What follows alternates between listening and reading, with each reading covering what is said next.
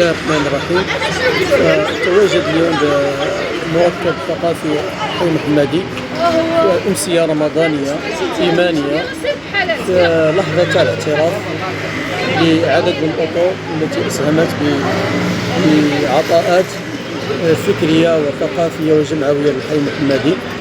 فتأتي هذه البادرة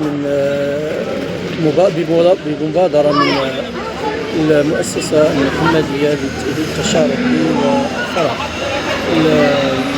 هذه الأسرة.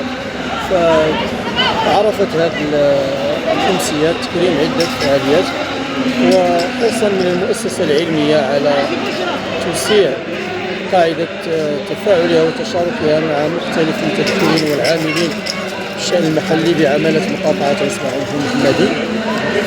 قام المجلس العلمي المحلي بعمالة مقاطعة إصلاح المحمدي بالمشاركة في هذه الأمسية بحضور عضوين من أعضاء المجلس العلمي ذكورا وإناثا من أجل ترسيخ هذه المبادرات ومن أجل النجاح ديالها، ومن أجل أيضا تعميق الشراكات بين المؤسسة العلمية ومختلف المتدخلين اللي إن شاء الله تعالى لإحياء حياة طيبة ولنسهم بدورنا بشكل فعال في الرقي بالمستوى الثقافي والعلمي والاجتماعي لساكنة مسبح محمد.